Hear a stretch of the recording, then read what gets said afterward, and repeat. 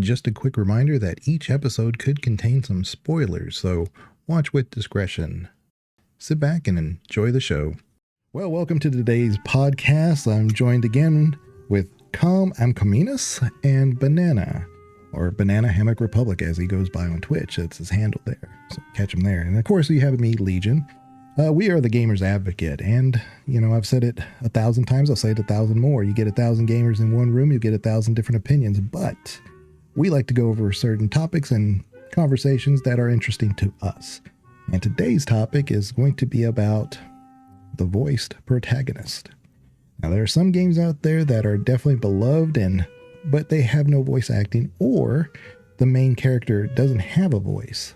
But there are other games that do, and some things that we have kind of found is that those games that are loved by one side or the other, typically sometimes people inadvertently don't realize that they have an affinity for that type of game.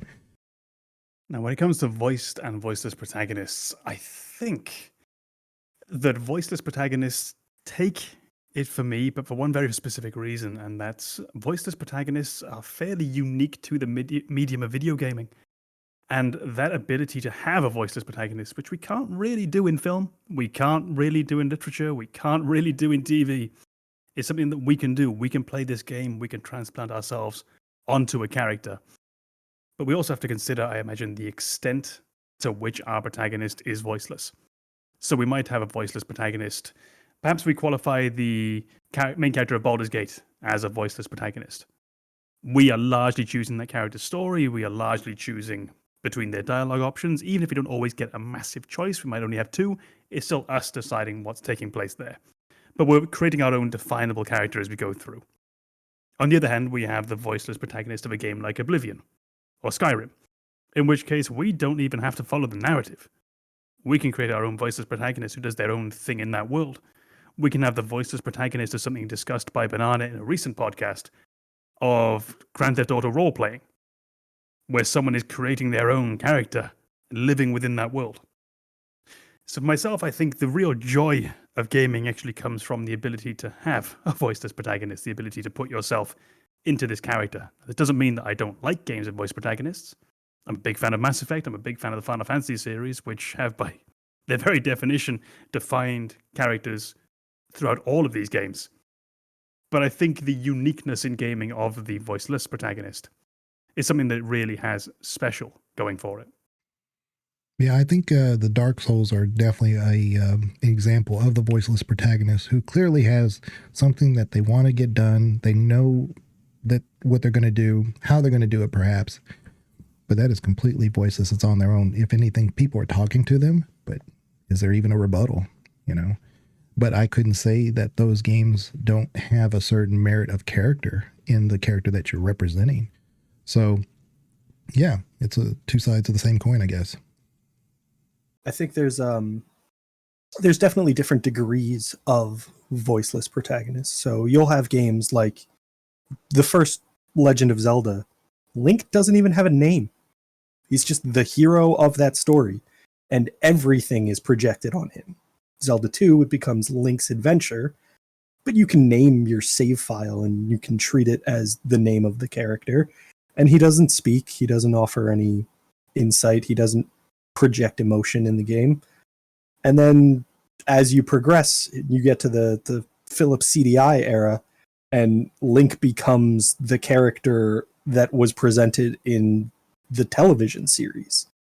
And that's a very different main character and a much more defined personality that I would say kind of disconnects the player from the character. You're no longer able to project your own motivations onto Link because he exists independently and he has his own personality, his own wants, his own reasons for what he's doing. And then you'll get to characters that are fully voiced, fully defined, and it can still be a great game. It's just, what are you trying to get the player to experience? And does that lend itself more towards a voiceless protagonist? Or does that lend itself more towards a protagonist who is defined by the developers.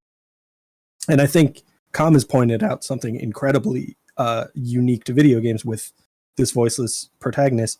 If you were to watch a movie with a voiceless protagonist, it would be terrible.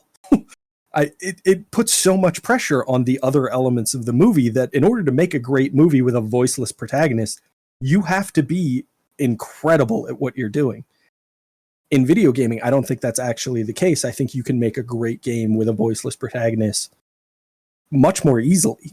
And I think there are great examples, Legend of Zelda being one of them, great examples of a game succeeding with a voiceless protagonist because that's unique to video games.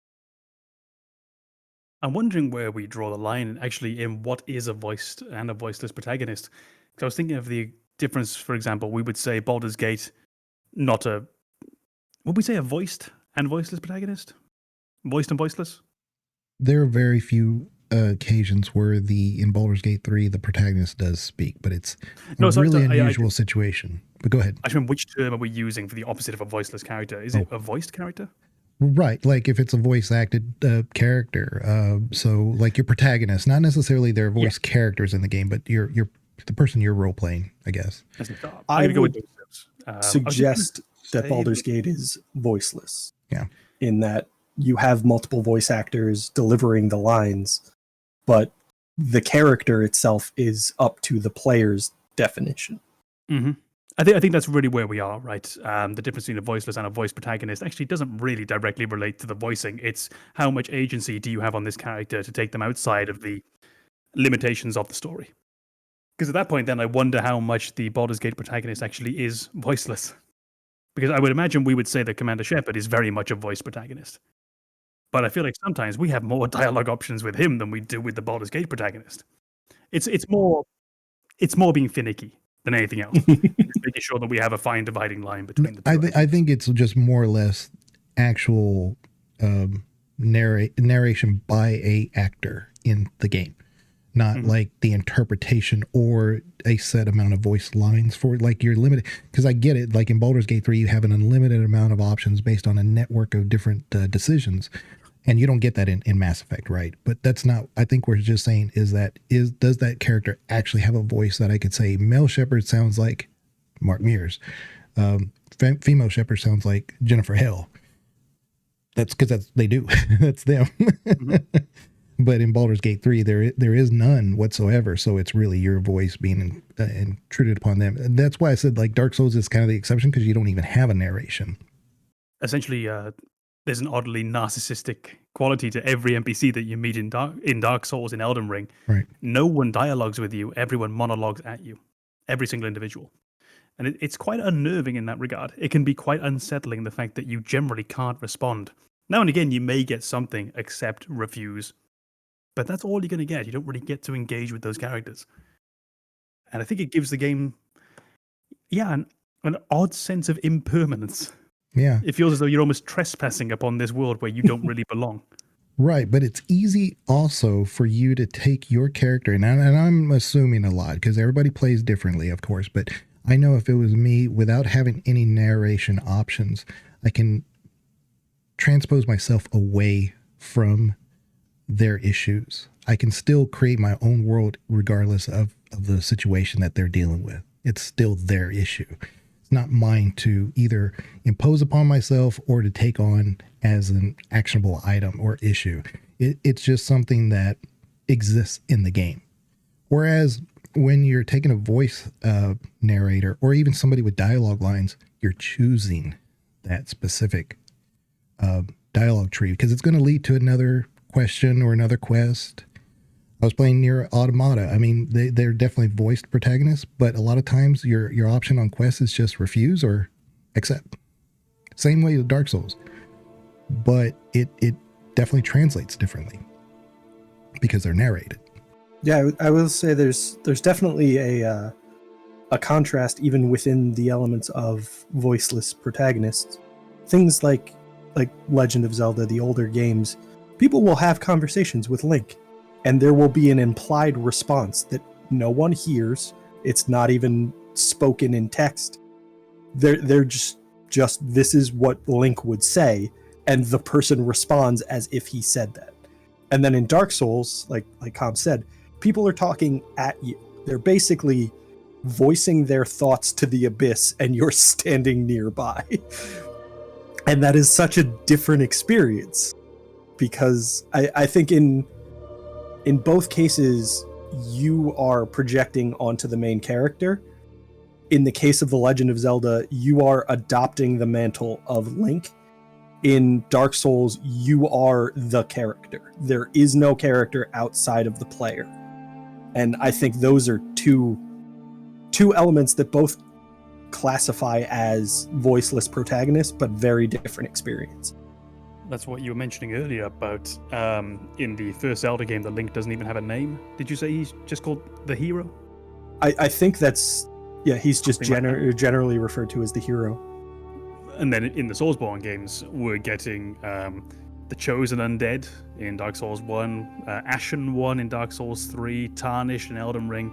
It's always these very non-specific, non-gendered, non-named identifier. You are almost, in some of those cases, you're just another potential victor. In all of those cases, like you're the Ashen One. There are a lot of Ashen Ones. You're not special. and that's a very different experience. In Legend of Zelda, you're the hero. You're the only one who can save them. In Dark Souls, you turn out to be the only one, but you don't know that until the end. In number 3, you meet one who failed. I believe you do more often than that, but in number 3, you explicitly meet one too. Even it's the same person, but such is life.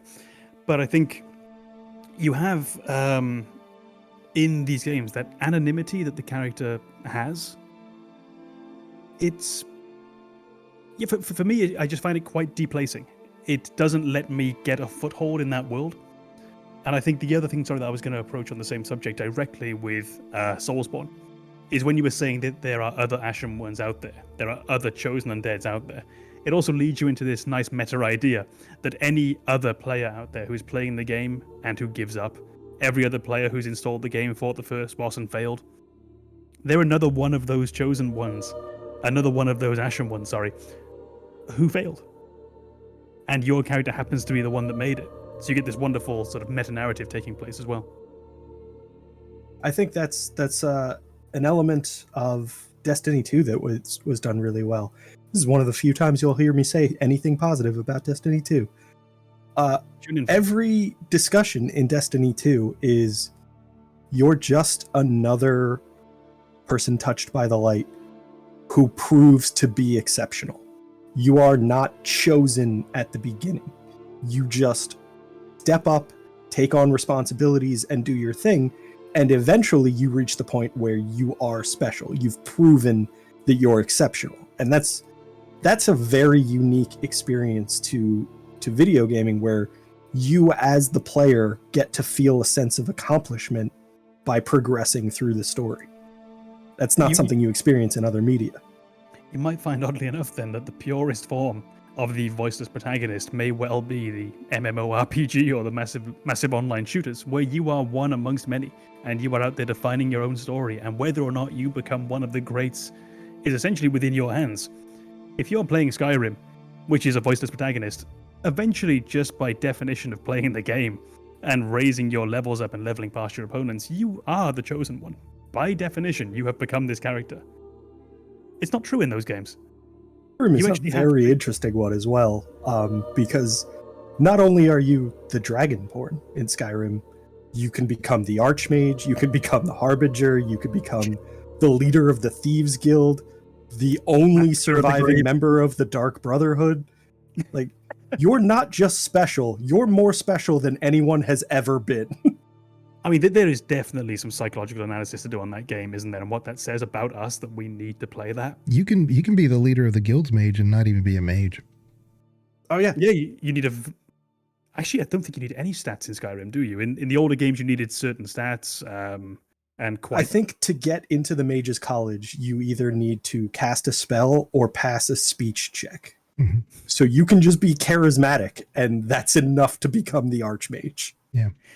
That's a discussion that would go down a very different path, but wondering about how much these big open world games should gatekeep from you if your character doesn't fit the right parameters. But see, that only works in a voiceless protagonist thing. And I think that's what we're trying to say, because I don't think you could actually get away with, because if they're going to write lines for a voice actor who's a mage, but not write any lines regarding casting, not likely. Is it possible? Yes. Not likely, though. I also think there's an element of, with the Elder Scrolls series, there will never be a canon Skyrim playthrough referenced in other games, because at no point are they going to be like, yeah, Tiber Septim was great, but what about that guy who was literally everything? Like, that's not a foundation for building a good story as you move forward. You couldn't even import a character, could you? Like, your titles would sort of read like a shopping list. Yeah. It's just endless. Because I believe in later games, they may reference people in very broad terms. They might reference the hero of Kvatch or the savior of Cyrodiil. I can't remember the title. The Neverine. That's it, the Neverine from Morrowind. Well, I think that's what we talked about with Baldur's Gate previously. It's technically not a canon playthrough, but it's a documented story of what could have been a Baldur's Gate playthrough with Abdul Adrian. And I think you and I have both said, like, I don't want a canon playthrough. I like the idea of canon events, Saravak being defeated by a person. But if you start to define that person, then the story of the first two games becomes unimportant. Yeah, I think certain backgrounds in that game really lend itself to having a strong canon. But again, it's just not designed that way. But I do think that especially Larian has taken certain elements of the first two games, and if you play it a certain way, that it kind of makes sense to have a certain canon background. But then again, that goes into like lore and canon and stuff. But again, you have to have a voiceless protagonist in order to make some of these other features work. So yeah. Mm-hmm.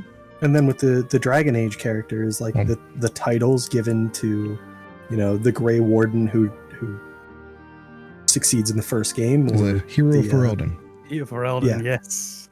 It's a generic, non-gendered, non-class specific title, and that's what makes it work. Is you let players continue that nameless protagonist being a hero, existing in future games, but you don't define the events that you experience in new games based on a canon version of that protagonist.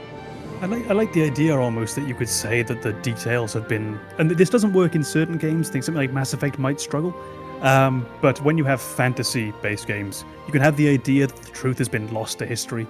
It's just at some point between the oral retellings of the story, between one person writing it down, another copying that you have, really there is no canon version except for those big bullet point events that took place.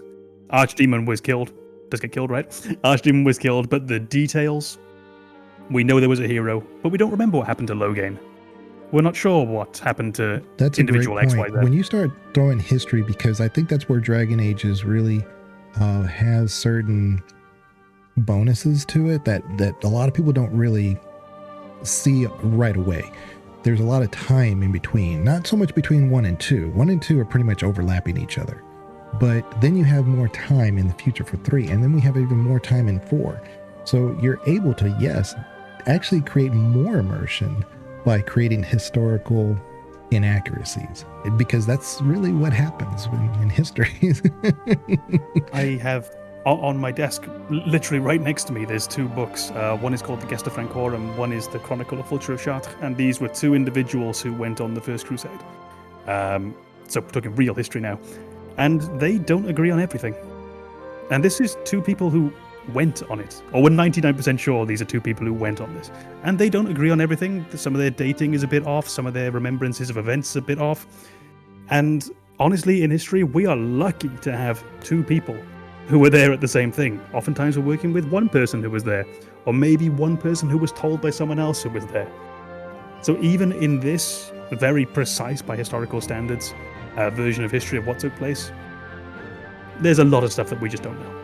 But I mean, going back to the Dragon Age thing, because you got to remember that, like, Dragon Age Origins, that's definitely the case. But they abandoned that quick with Hawk. And then the Inquisitor has its own voice. And so, obviously, in 4, they have their own voice. So BioWare very quickly has abandoned the voiceless protagonist.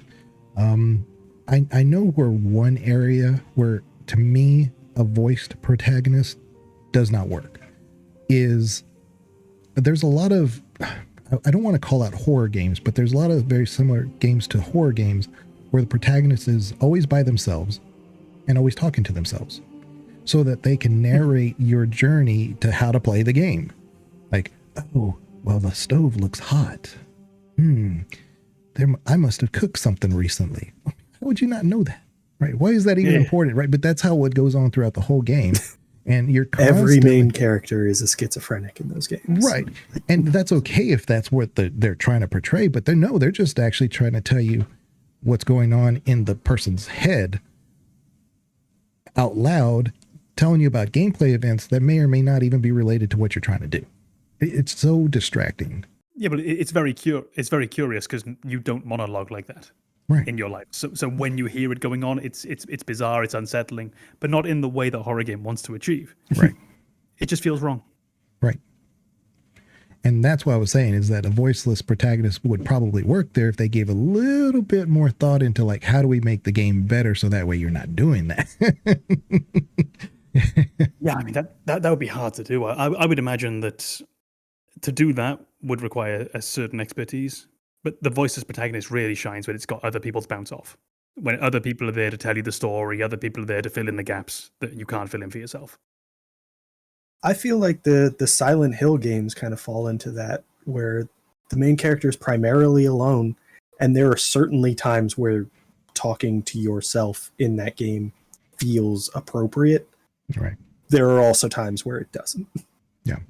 Right. I think in Resident Evil 7, the character talks to himself as well. Yeah. Yeah. But I was imagining one that it's not a great game, but you can also use that as a mechanic, of course, or as a plot device. If anyone's played Deadly Premonition, if you haven't, I don't recommend you do. I know but the it. character spends a lot of time talking to themselves, and it has a narrative meaning, and by the end of the game, it makes sense. But those are few and far between. So, for instance, like Poppy Playtime, I mean, there's no narration in that, but you kind of figure out what to do. So, that's kind of what I'm saying. You take a real hard puzzle game like that, that's also horror. They were able to do that, but that's because they were using certain ways of telling the story and doing the puzzles that were intrinsic to the gameplay. So you didn't need a voiced actor. You didn't need somebody saying, "Ooh, there's 4 colors here. There's 4 colors over." Yeah. It wouldn't be a criticism because I feel video games rely upon this anyway, which is why I feel strange when someone calls a game out for it. But if a video game is doing that, does it then have to rely heavily upon tropes, upon things that we've seen before, just to help to communicate to you in a language that you understand when there's no voice? I'll be honest with you, between playing more recent games like Poppy Playtime and what was the other one? It was the one with the little girl and the sheep. I know the game you're talking about, but the name isn't coming to me. There was no tropes in that one. None. You just kind of. I also think that was a unique game in terms of a voiced protagonist or a voiceless protagonist, because you're watching videos of a little girl who's performing essentially a children's television show. And so she's narrating things that a normal person wouldn't, because they're creating a children's show. And you are responding to her narration as a voiceless protagonist. And it's a very effective way of kind of guiding the player without telling them directly what to do, or having the main character, who is essentially voiceless, start thinking out loud to provide you with hints. But that's why I said, it's very possible to do in those genres. So I'd like to actually see and try that one out, because I remember Amanda the Explorer. That's it. Amanda Yeah. The Adventure. Amanda the Adventure. Yeah, I'm a fan. I like that one. I was just going to say a game that I found the monologuing was taking me out of the game but I feel it was necessary with what they were working with, is What Remains of Edith Finch. Oh, amazing game. Wonderful, amazing game. But there were times when when even though the monologuing wasn't really meant to be monologuing, I think it's a character writing down in their little book what they're looking to pass on. In effective terms, it was monologuing. And it felt quite unusual, and there were moments where the character said something that we needed for the game that maybe they didn't need to write down. And occasionally, because the writing was so good, you're almost hamstrung by your own quality. Mm-hmm. If the writing was mediocre all the way through, and then they presented me with this slightly off-kilter line, I wouldn't even have noticed. Mm-hmm. But the writing on the whole was of such a high standard that when there's one line below, it's very off-putting. But it's not even just the writing, it's how the integration between the writing and the imagination merge. But you have visuals that kind of merge into your own reality that seem to go in and out of that. So you even just describing those things is doing that too. So it's uniquely unique. I think we would have to mark that down, right? If anyone hasn't played What Remains of Edith Finch, you really need to find those few hours and play it. Mm-hmm. It's not a long game, but it's definitely, I will say this, it's got a lot of trigger issues in there, so just be careful with that. But yeah, it's a great game. It's very dark. Yeah, it's very dark. But if you like horror, it's not a horror game, so I mean, you'll love that probably. Yeah. As far as MMOs, I was going to come back to that too. The one exception I do know is Star Wars: The Old Republic. Star Wars: The Old Republic is definitely voiced the whole way through. So your character, regardless of what background you have or class or whatever, it's completely voiced. It's like you're playing a movie. When you're playing that game, to what extent are you heroic? Are you a normal person doing heroic things in the game, or are you a hero doing heroic things? In the sense of, are you a regular trooper who's just trying their best? Yeah. Are you a Jedi who's been put into this situation and it's because you're a Jedi? So, yes. It really depends on your background. But yes, if you're a soldier, like you're a Republic soldier, you're just a soldier. And you kind of like make your way through the ranks and stuff, which is, by the way, if you play the female, that's Jennifer Hale as well. So you like her voice. She's that Shepard. It's Shepard. That Shepard in that game. And so it's really appropriate, like, to have a commander, that's also a commander in Star Wars universe. It's Commander Shepard. But yeah, it depends on your background. So for instance, if you're an operative, like you're kind of like a spy, you do start off as a, low-level spy. Not only the ranks who aren't really opposed to you, but you got to remember that the Darths are over all this. Wade through the waters of not just political corruption, but also making sure that the Empire is not hurt by their decisions because they are so corrupt. It's a really, really interesting MMO. I mean, it doesn't get enough love. I think it suffers from the fact that there were so many MMOs out at the time. Sure. I mean, for it to even have a fan base who might be interested in this game X amount of years later, it's already done very well. Think of Middle-earth Online, which just sort of disappeared. How many really hung around? Guild Wars 2, I think, hangs around. Warcraft. Circling back around, Mass Effect. BioWare really put all their chips on the table and said, we think the voice protagonist is the way. Because before that, it really wasn't incredibly common. They had already done Baldur's Gate and Jade Empire and, a bunch of other stuff. But the thing is that with Mass Effect, they said this is going to be 100% voiced by the protagonist, male or female. And that was also what got me. It was like, they could have just said, it's going to be a male Shepard. But they went in and said, let's do a male and a female. And I think both work tremendously. I prefer the female Shepard. I think Jennifer Hale's great, but Mark Mears is not like, it's not like I'm saying he's bad or anything. I just prefer the Jennifer Hale's version of it. He's got a bit more of a sort of Shatner-esque delivery, hasn't he? It's quite flat a lot of the time. But there's a certain charm in that if you think back to the old sci-fi series that you might have enjoyed as a kid when the acting wasn't the best. It's almost a throwback to that. Are you saying that William Shatner is not a good actor? I'm saying he's a different kind of actor. he works very well within a narrow range. There's a man on the wing of the plane. Is that narrow range playing William Shatner? There goes the rest of our subs. The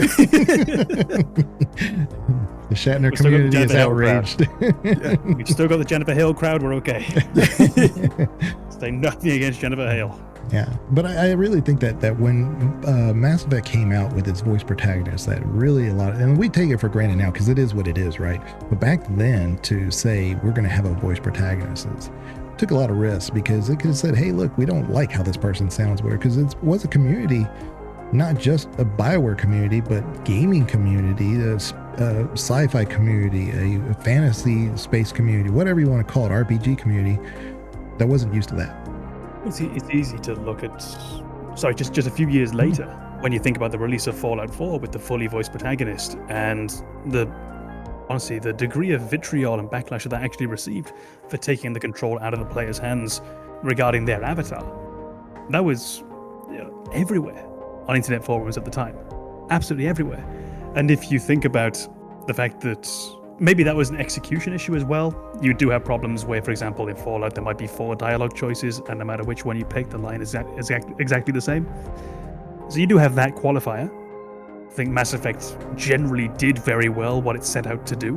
When it offered you choice, it generally meant that you had choice. But it was a brave and bold step. And I think it only could have worked the way they did it with this brand new IP. Mm-hmm. To have suddenly jumped into that with, for example, Dragon Age 2, immediately without Mass Effect prior to it, I believe. Right. I'm not sure that would have worked. Yeah, and what's interesting is that for me, and this is just a pure opinion on my part, but I played Dragon Age 2 quite a bit, but for me, I've always because you get to choose in Dragon Age, you get to choose the emotional response. It's not like you're a paragon or renegade or anything. You have angry or stoic, or they're not always the same, but there's a kind of a snarky one.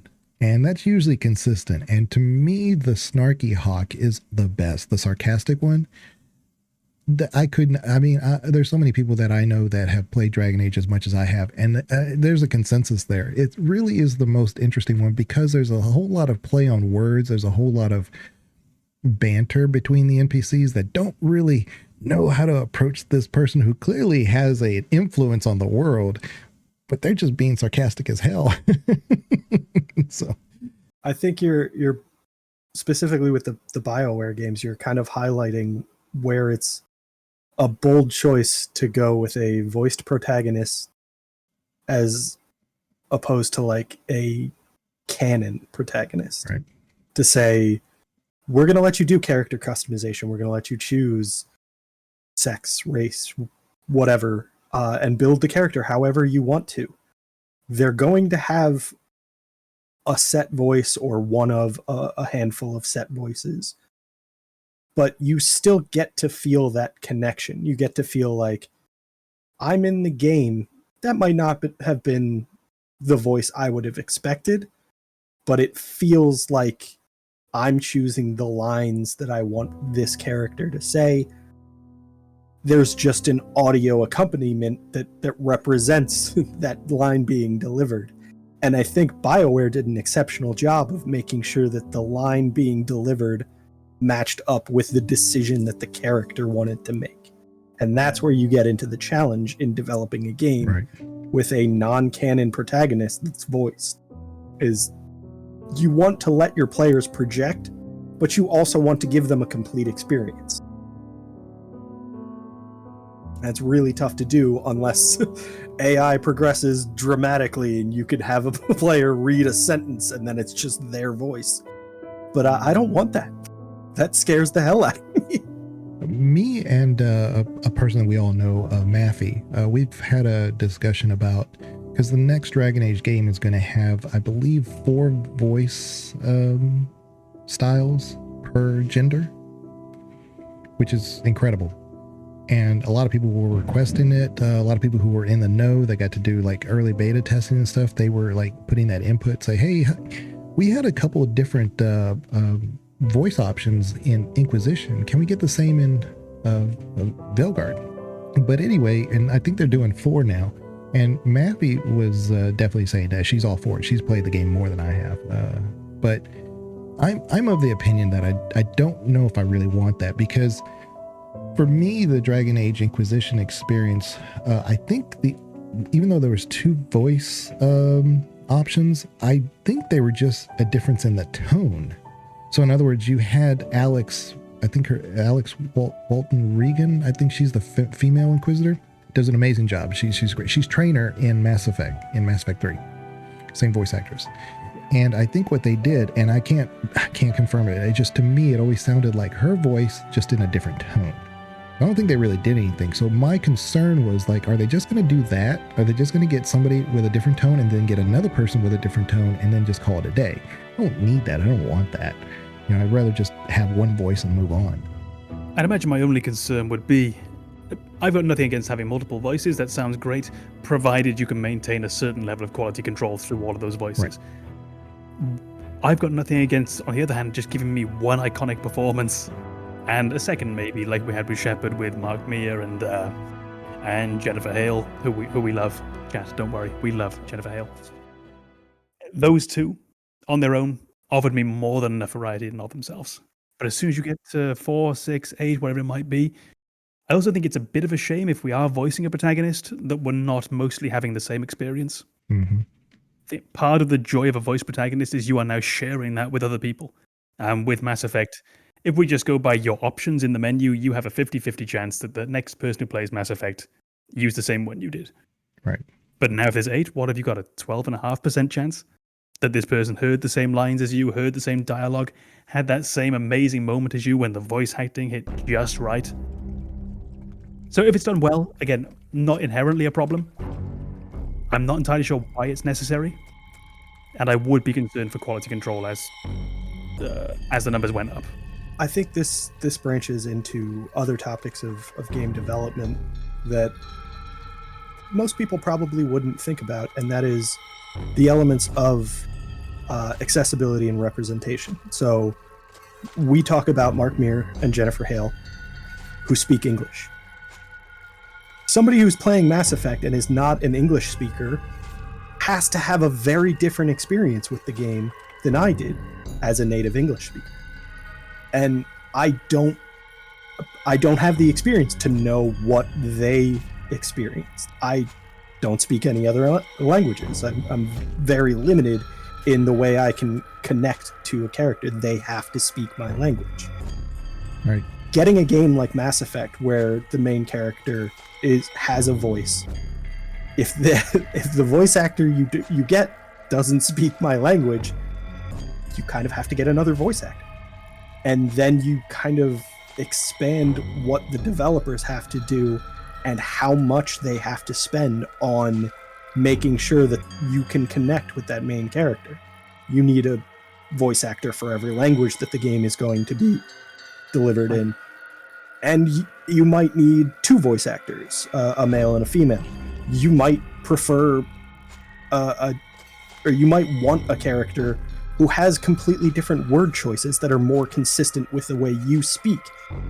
Even within English speakers, there's plenty of people who don't use the kind of diction that I use, and they might not feel as connected to the character. And I think that's something that we probably don't recognize playing any of the games that we do, because we only see them from our point of view, and we can't kind of put ourselves in that other position to say, what if I truly don't understand what language they're speaking? What if I just cannot find a commonality that I have with this main character?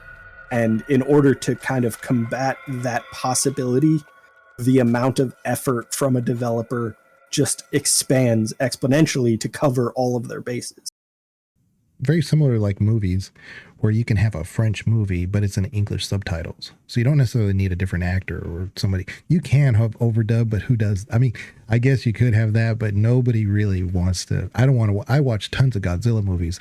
I want to hear them in the native voice while I read it in my. That's just what I do. But I think that's kind of what happens on the other side of the fence for the English games. But again, I don't know that. Maybe they do it differently, but I would think that would be the most efficient and that's probably what they do. But I think there's an element of the medium of video games that's very different. I'm not represented by characters in Godzilla movies. I want to be able to project onto the character that I'm playing in Mass Effect or in any video game. I don't want to be there when Godzilla is destroying Tokyo. I want to be there when Shepard is saving the universe. I don't know. feel like I love Godzilla. I'd love to see him. yeah, when he's on our side, like the good Yeah. Godzilla. I think, like for myself, so I've played Mass Effect. I think I played it in. I've definitely played it in German. I think I played it in French, and I remember that the voice acting in the German I was quite uninspired by. There was just something in the performance that didn't do it for me. And I played it all the way through, and by the end, I just remember thinking that I wish I'd been listening to Mark Meir, or I wish I'd been listening to Jennifer Hale. The French, I'm 99% sure I played, but it doesn't stick out and doesn't remind me. So it clearly didn't stand out in some way that those two performances did. So you often have this problem with localization. This is my experience. If you watch something that was, let's take a movie for a second, because they're more likely to be in another language. So let's say you watch a French movie. It's dubbed into English. They're often doing quite a good job with the dubbing. Often. Not always, but often. But if you go into a language that's less widely spoken, the dubbing can often be of pretty poor quality. Now, I know that you have, for example, a good friend of mine from Denmark, speaks English and Danish, of course, always watched everything in English because the Danish dubs tend to be quite bad. It's a small market. The companies don't invest massive amounts of money into it. They don't get the best actors they can possibly get their hands on. So you get the dubbing that they pay for. German, you get good dubs, big market. The French, you get good dubs, big market. So you've always got that to consider when these games go to foreign markets, is can you maintain the quality in the localization? If you can't, you might as well just keep the English voice actors and do the subtitles. And the reverse of that is, I enjoyed the Yakuza video game series. And I believe the only localization Yakuza has outside of its native Japanese is English. And I'm not even sure that's available in all of the games. I think some of them it's only Japanese audio, and there's always English subtitles. But I think that's all the localization they ever did. And I imagine it was probably for a very similar reason. They just didn't think it was worth it to get a decent performance in a different language. It's also the audio editing too, because I know in any one movie, like you can have a serious scene, and as soon as you start hearing that volume being wildly different, it just takes away from the immersion of what you're trying to do. It's like, oh, the person's whispering into it. But the person who like dubs it is delivering it differently. They're like, oh no. It just ruins it. And so the audio is always over the top, but by definition, in a very literal sense of being above the other audio track. So you're having someone whisper into your ear, but in a very full voice. Yeah, exactly. But I will say that, go ahead, Banana. I was going to say, I think the other element that we kind of lose with that localization, which I'm not arguing against localization. I love the idea of everyone getting to experience a story in their native language. But I think one of the elements that you lose with that localization is that idea of an iconic character. So we know Shepard as Mark Meir or Jennifer Hale, and we love those versions of Shepard. If you get into localization to the degree that everyone has the experience in their native language, they don't know Mark Meir as Shepard. They know someone else entirely. And I personally love the idea of an iconic character like that, but I also don't feel like I should be the only one who gets to experience an iconic character. Well, let me tell you what will probably happen. And this is, as I'm saying, I'm not giving an opinion of what I think should happen, is what I should clarify it as.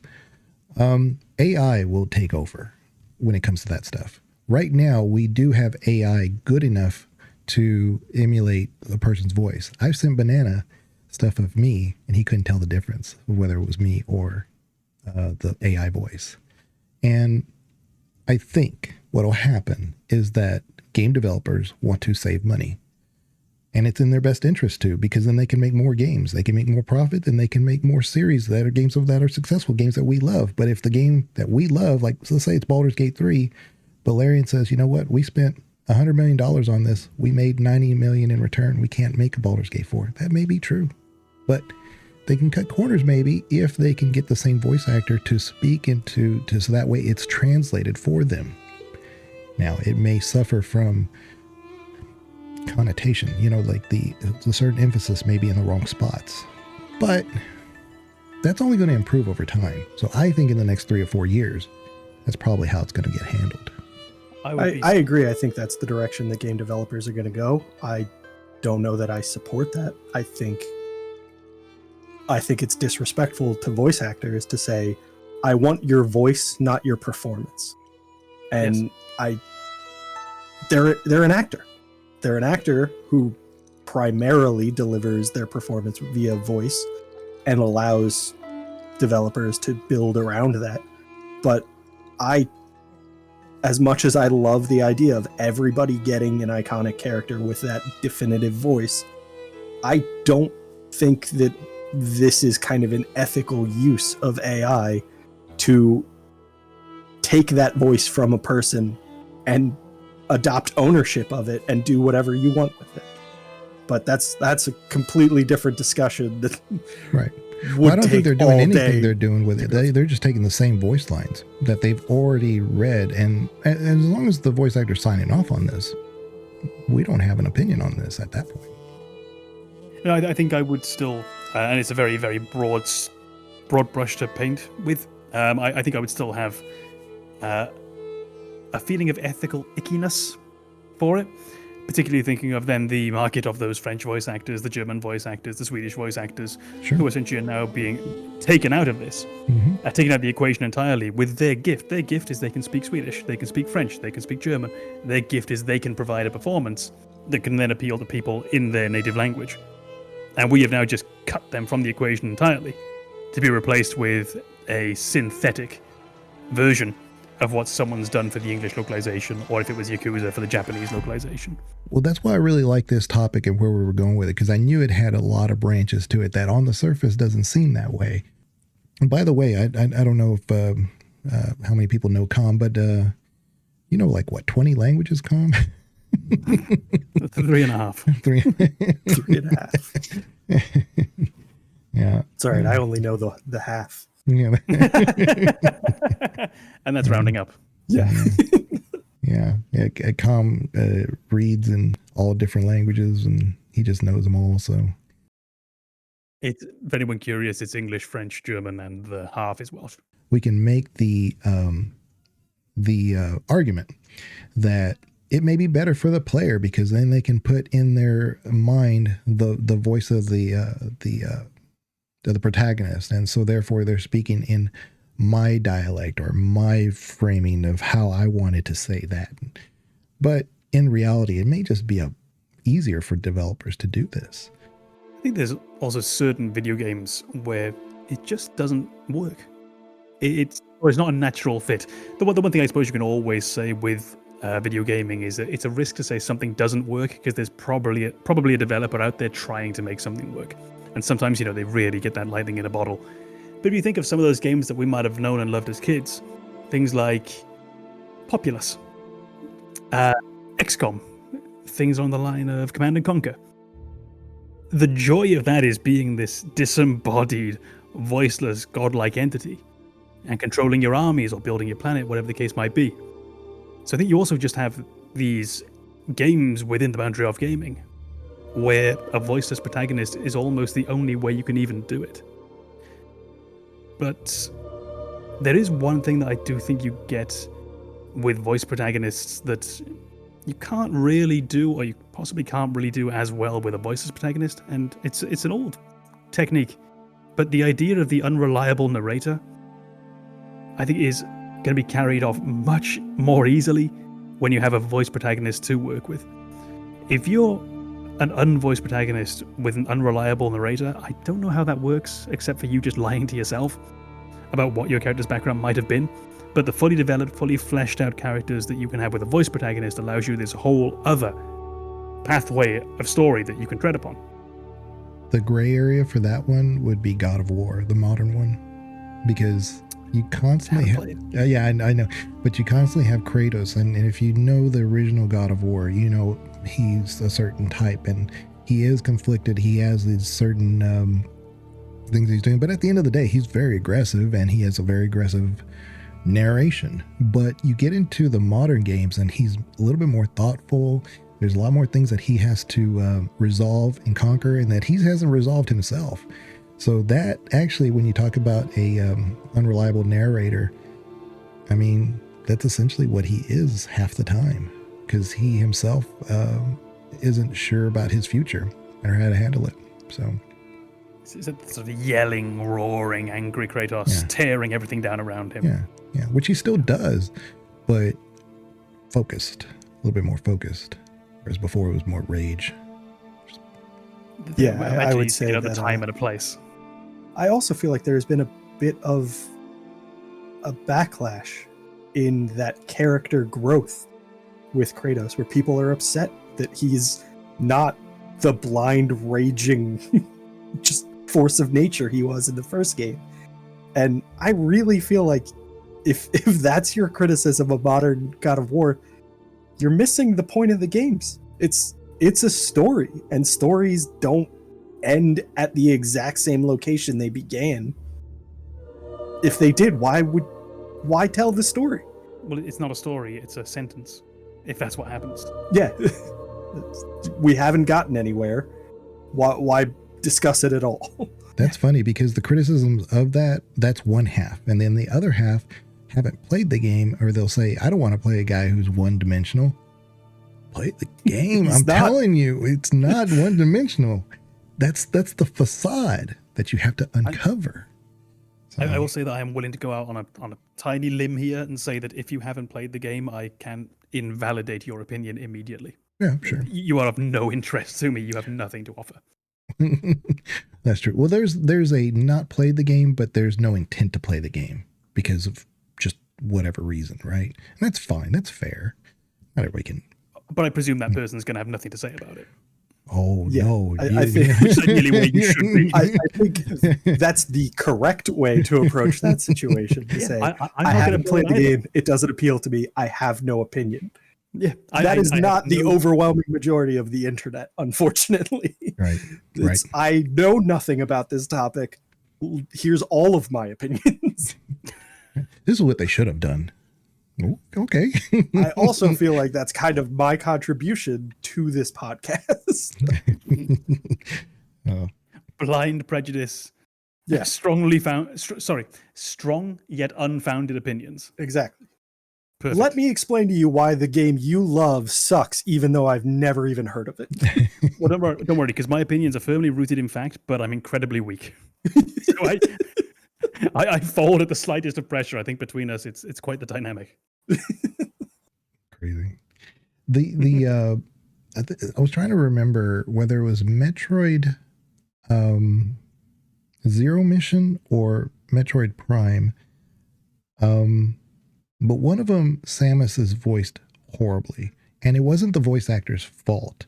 When they gave direction to the voice actor, they wanted Samus to have this very kind of like stoic, monotone style of delivery, but it was lost in translation. So what they actually were trying to tell them is that they're very thoughtful about what they're doing, but that came across like stoic. So it was like, nah. And then you come into a situation where Samus has to wait on orders for whatever reason, instead of being the bold one. But actually, if they had understood the translation of what was coming from the producers, they actually wanted Samus to be that bold person, to not wait on those orders, and it would have translated better. But something was lost in translation. But again, that kind of goes into the whole voice acting. If it wasn't voice acted before, like if they just let Samus be Samus, this probably wouldn't be much of a question. You just see the actions. I think you're highlighting an element of this discussion that we haven't quite touched upon yet, and it has to do with the direction you want to go with a character and how you market your game to the player base. So with Samus, there's a very clear story. There's a canon, and Samus was always the protagonist of that story. And you've said it kind of a bit there, that she is a bit stoic in the way the gameplay presents her, because she's alone. Overwhelmingly, she is alone. And that limits where you can go with the character. And it's not until she encounters other people and has conversations that you get into really developing Samus as a character. Whereas games like Sonic the entire appeal of that game is the personality of the character.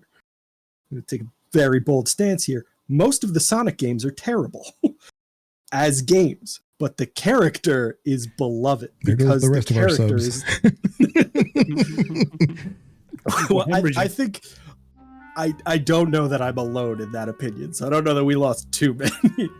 But like the character of Sonic that's the appeal. He's fun, he's bold, he's this larger than life character, and to do that with a voiceless protagonist is very difficult. They did kind of find a way early on with him having a personality in his movement and idle animations. Like, idle animations weren't really a thing before that game.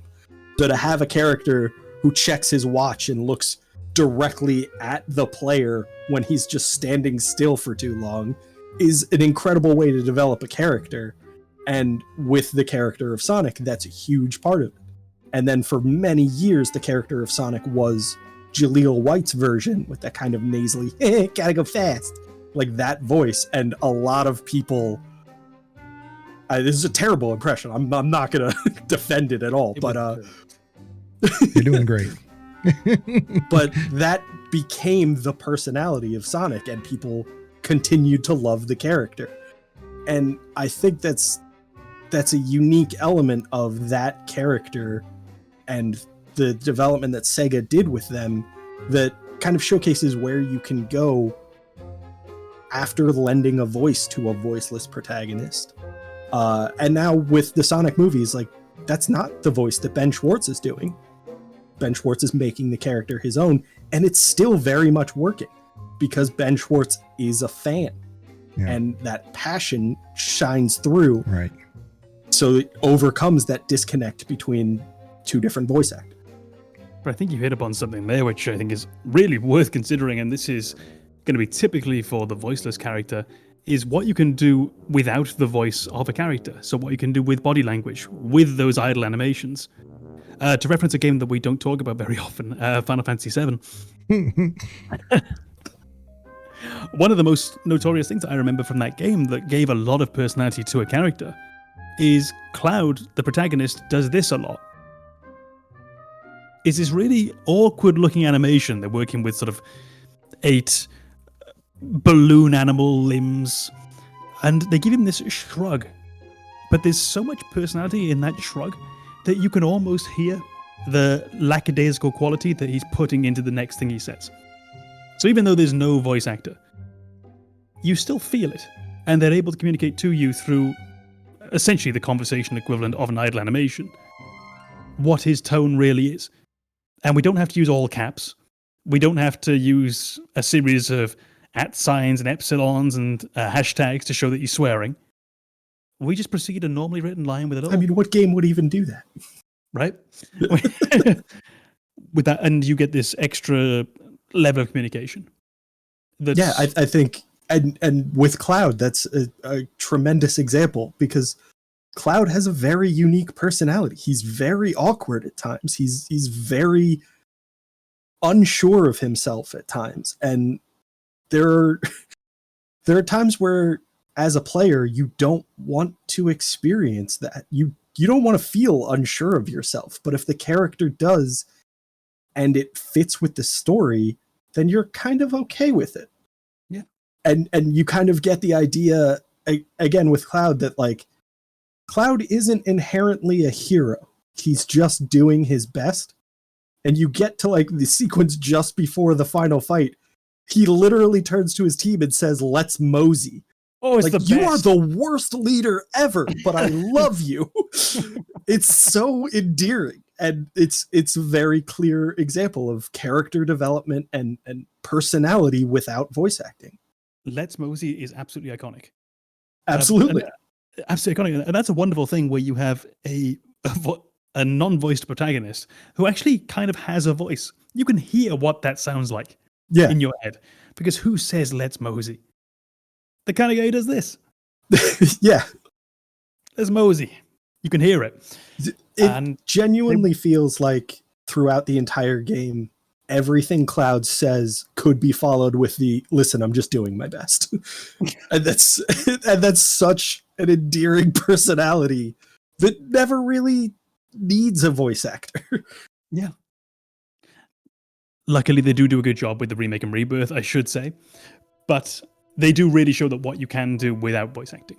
Yeah. That you can still have performance. It doesn't just have to be cold text.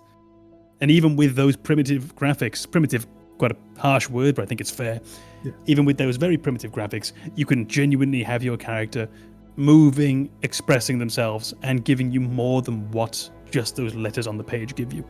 And honestly, compare that to a bland voice performance, and there's almost more personality in those few lines than there would be in badly voiced dialogue. Oh, if you want to doubt. If you want to take, if you look at the voice acting in a game like Sonic Boom, it feels like the voice actors were given no direction. They were given a script and sent into separate voice booths, and they were just like, record your lines. And then you look at other Sonic games where there's no voice acting, and you know Sonic's character, you know his personality without it. You're absolutely right. You can define a character's personality without voice acting, and you can ruin a character's personality with voice acting. 100%. And there is an example of a game where they did that, where they essentially sent people into a booth and just said, record your lines, and gave no context. If you've ever thought the voice acting in Elder Scrolls Oblivion is kind of janky, that's why. They were given, as I understand, the lines in alphabetical order. All of their character lines, and just told, read them. That's why how that works. Yeah. And that's why some of them are shouted, some of them are muttered, sometimes the same paragraph. Sentence 1 is mumbled, sentence 2 is exclaimed like someone leading an army. And they had no context.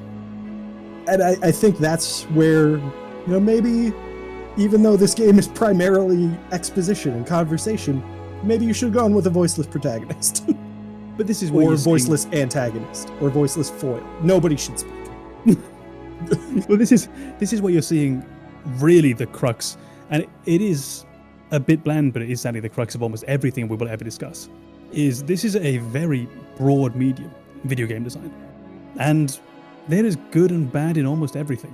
And the voiced protagonist is not inherently better than the voiceless protagonist, nor vice versa. But the well-voiced protagonist is definitely better than the badly written, unvoiced protagonist. Exactly, yeah. And the contrary. I didn't want to highlight it, but I'm sure at this point, if anybody has watched multiple episodes of this, you can tell that when we're presented with these questions, our answer is always, no, like that's the hard stance we take, and it's if you do it well, it works. If you do it poorly, it doesn't. If you do it well. But that's the beauty of the medium, I think. It's the beauty of film, it's the beauty of literature as well. Is in almost everything there is some inherent value, and it's just upon the ability of the performer and or the writer and or the cinematographer to withdraw that inherent value and to put it on display for the rest of us. I feel like the Souls games really get to the point we've made, which is if you do it well, it works. If you don't do it. Yeah. And the Souls games, they have voice acting in NPCs, but the protagonist doesn't have a voice, and it works. And then you go to a game like Thymesia, which is a Souls game that doesn't work. And it also doesn't have a voiced protagonist, but it very much feels like a copy and paste effort. And there's not the passion, there's not the desire to tell a story and work with what you know how to do. And I think that's really where the heart of the issue lies. If you know what you're doing with a game design element, you don't have to follow a rule. You just need to play to your strengths. Well, I think if you go back to the very intro, I think I opened up by saying that I think I prefer voiceless. This became rapidly equivocated and retreated on and withdrawn. But that's where we began, was staking down a slightly soft, but certainly a preference for one over the other. There are two games that came to my mind, and I brought one of them up before in the past for previous things, but Final Fantasy VII. No, never stops. No. I know I talk about it all the time. Yeah. Inscription. We'll get a counter. Well, it's Inscription and Slay the Slay the Spire? No. The Princess. Slay the Princess. I don't know that one. I don't know. I also voiced my suggestion and then immediately thought, what the hell could that possibly have to do with our conversation? I should have just kept my mouth shut. No, but I'm glad you said it because I forgot the name of it. And then when you said that, I was like, no, it's Slay the Princess. What are you talking about? Yeah, no. All you needed was the opportunity to say, shut up, Banana. And then you remember. No. Slay the Princess. I'll start with that one. It's a narrator driven game. So there is, you're not just reading the whole thing, although it's a lot of reading. So if you ever, play it on stream or something like that, just know that there is a lot of narration there because you have tons of options to choose. But there is a narrator there. And then after a while, the narrator becomes the internal voice. And sometimes that internal voice becomes the external voice again. You can't really extrapolate, but when it happens. And so you're kind of thinking to yourself, you're describing the events. It was like, well, wait a minute, is this being described to me like in a book, like a third person narration? Or is this person omniscient? Or is this person actually me thinking to myself? You really can't tell. So it does something very unique for games, I would say. Probably only Disco Elysium comes close. The other one is Inscription because although there's no narration in that game, there is these series of sounds like, but it does takes the text and whoever's speaking has a sound that you would kind of associate with that person's voice. And it's really interesting. Sounds very similar to Undertale. Yeah. As the text is ticking across, is that it? Yeah. Oh. Yeah. So if you're seeing the guy at the very beginning of Inscription, it's like, but it's kind of in that mean. And then later on, when you talk to a different character that's maybe a little bit more robotic or something, it's more high pitched and it kind of fits the dialogue though. But clearly you're still reading everything. So they still take those narrated, not necessarily protagonists, but there's narration in the game that allows you to kind of still give a voice to even though there is no voice. It's pretty neat. I think that's a very creative way of implementing voice acting without a voice. Because you have a character and they have a sound to them. They have a quality to the way they deliver lines that's unique to them. You might not get the words out of that sound, but they have a voice. Yeah, you're imparting personality with what you've got available to you. Mm-hmm. And I think I bring up Undertale because I'm more familiar with that.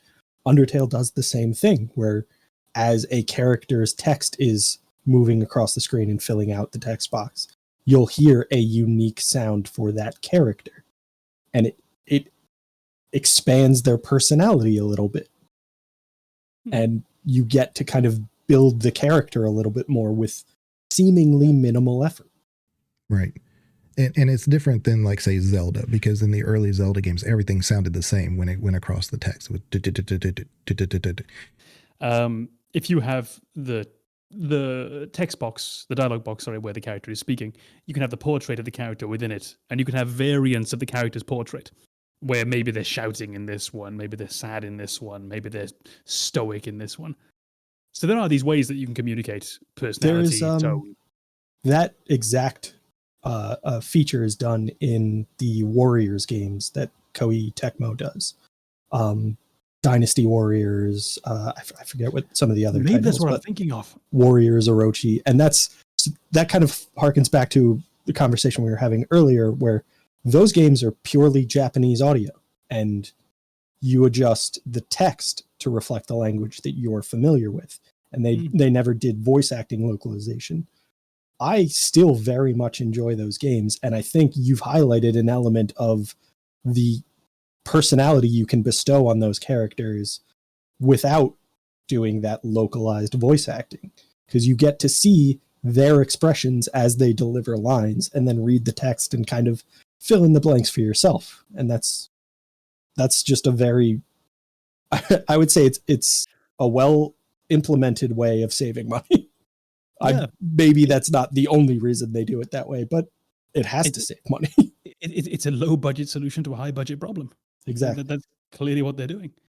And I think that's a large amount of what you had to do for a long time with video gaming, was to be creative in those ways. Because of course, if we go back to things we discussed before with music, you only had X amount of megabytes available on your CD or on your disk drive.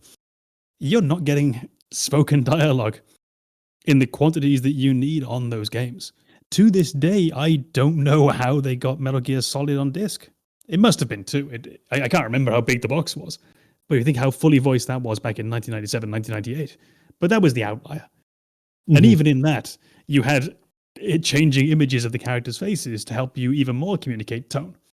Because we're never going to animate the characters as well. We're getting the voice and the face. So yeah, I think that's one thing I will eternally find fascinating with video gaming, is the history of video gaming and what we did before we could do certain things.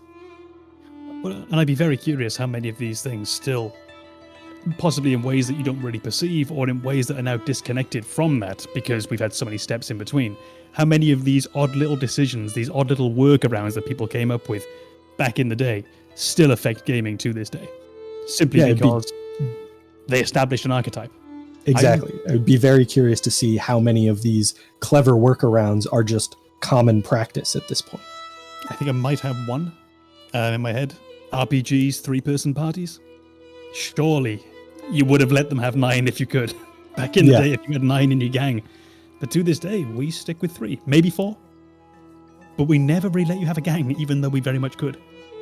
So I mean, there are outliers to that as well. But yeah, I think your party limitations, and we see the same thing in Baldur's Gate 3.